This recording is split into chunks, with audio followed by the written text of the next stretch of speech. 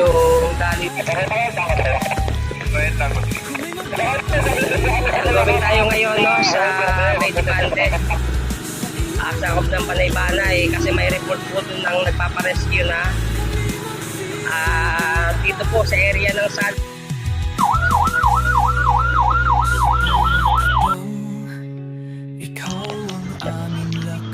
Andito tayo ngayon, alas 8.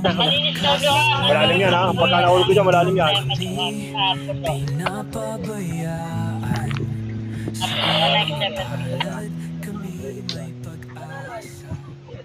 Tao po.